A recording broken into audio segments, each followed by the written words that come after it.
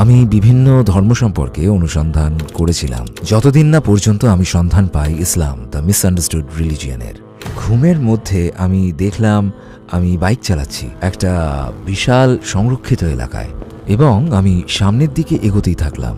আর প্রত্যেকবার পেছন ফিরে তাকাতাম নিশ্চিত হতে যে যেই প্রবেশদ্বার দিয়ে এসেছিলাম সেটি সেখানেই আছে। আমি চলতে থাকলাম গন্তব্যে পৌঁছানো পর্যন্ত। হঠাৎ পেছন ফিরে দেখলাম সবকিছু কালো হয়ে গেছে, কিছুই দেখতে পাচ্ছি না। আমি যদি এখান থেকে বের না হতে পারি তাহলে আর কখনোই বেরোতে পারবো না, নির্ঘাত মৃত্যু।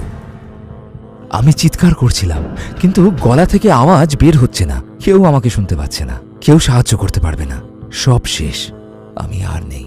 ঠিক যে মুহূর্তে আমি আশা ছেড়ে দিয়েছি আর মেনে নিয়েছি যে আমার আর কোনো পথ নেই, এই অবস্থা থেকেই নিজেকে বাঁচানো আমি জেগে গেলাম। একমাত্র আল্লাহই আমাকে উদ্ধার করেছে। আমি প্রস্তুত ছিলাম ইসলামের জন্য। আসসালামু আলাইকুম ডক্টর বিলাল ফিলিপস, আমরা খুবই আনন্দিত আপনার